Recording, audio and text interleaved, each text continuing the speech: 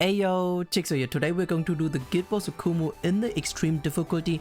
And yeah, so the 9100 score was already with Barn. So I would definitely in general recommend you guys to use the Barn strat if you guys have a Barn, because yeah, it's much easier to get a good score with Barn rather than with DERIERI, because especially in extreme it's very toxic. Also depends on what food you're going to use. So defense food is the, I would say, recommended food, because yeah, with defense food it's much easier. But we are also going to show you guys that attack food also works for extreme and not just hard.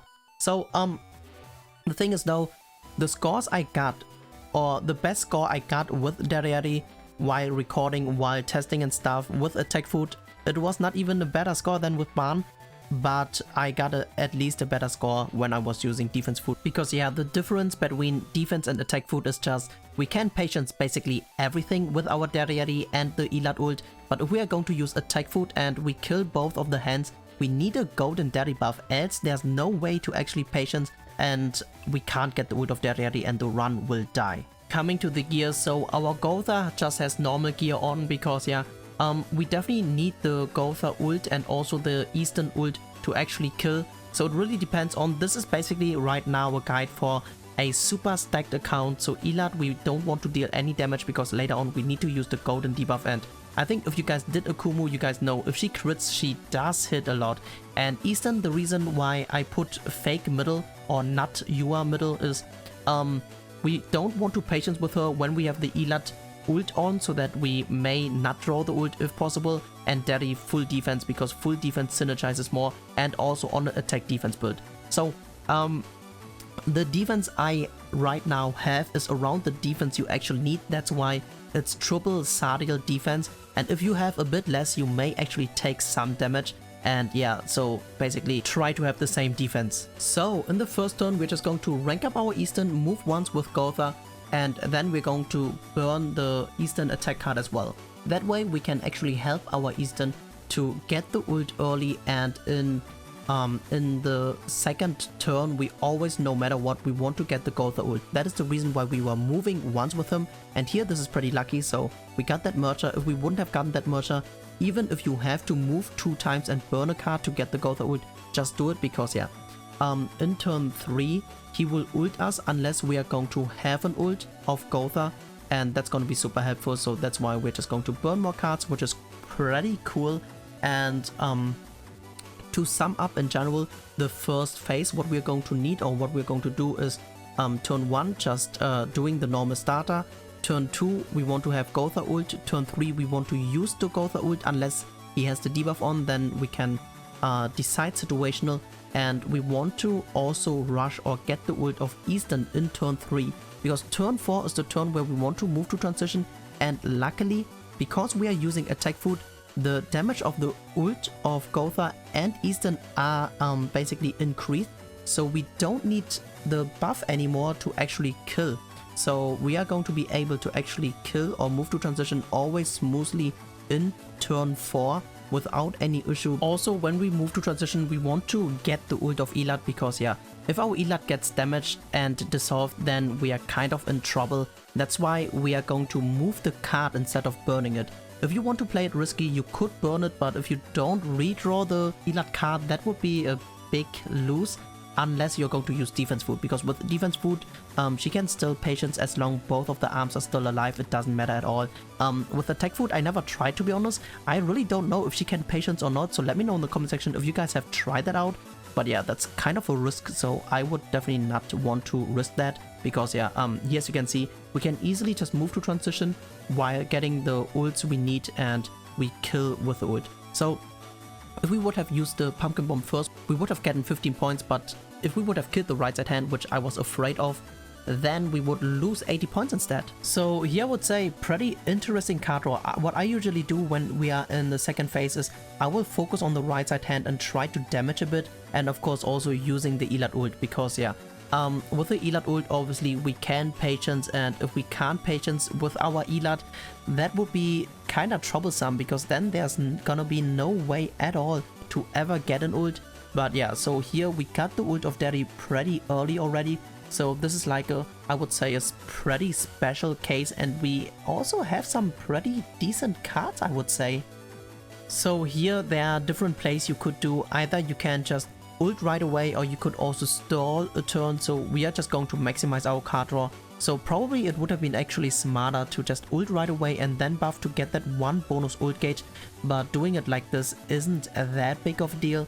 It's just one ult gauge, but we can get that back later as well. So now basically we're just going to hope for more cards and try to basically get the golden cards. And here, as you can see, we have a double rank up, which means actually if I would have gotten that one bonus ult gauge, that would have been probably super helpful. And also we have to kill the right side hand, because if we don't kill the right side hand, we're just getting murdered unless we're going to have a golden DERIERI buff. So here, as you can see, also I was like thinking, what should I do? So we are going to just burn this card and then double ranking up. And then I was like, wait a second, it doesn't make a difference if I'm gonna double rank up first. So we're going to reset and double rank up. The only issue though is, as you can see, Elat has 2 more turns only where she's going to have the ult, which is going to be super annoying as well about this guild boss, to always to cycle the ult of Elat.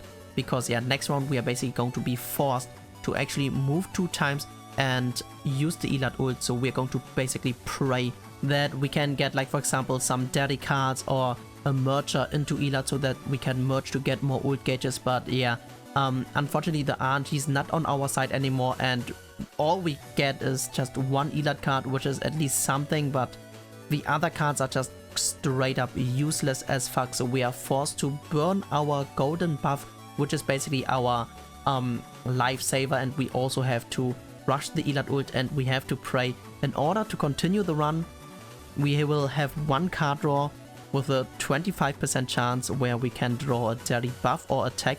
Luckily we drew an attack, so at least the run is not over yet. But yeah, basically what we're going to do now is we're going to rush the Derry ult. So let me count the stacks. I have 1, 2, 3, 4, 5, 6, 7, 8.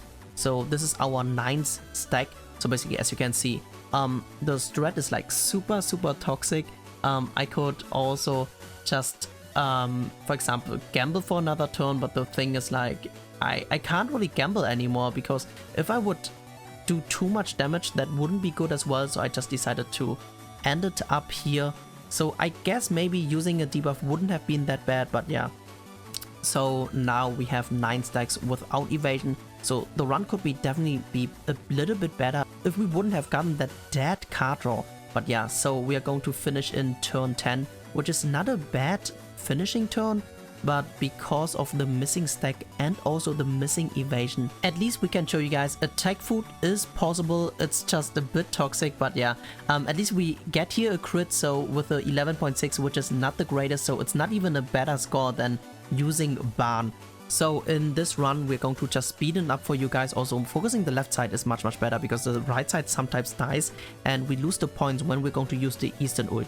So depending on how many AoEs you're going to use, sometimes you can also move to transition with the double ult, and if you know exactly that you can't without the buff, you can also stall for another turn to get the Elat ult, and in turn 5, in case you get seared again, you can just use the Elat ult, which is going to cleanse, and you have the buff ready. And here, as you can see, because we attack the right side, we actually lose an 80 points. So keep in mind we are losing 80 points because we killed the right side hand, which is kind of unfortunate, but yeah, it is what it is. So yeah, now enough talking.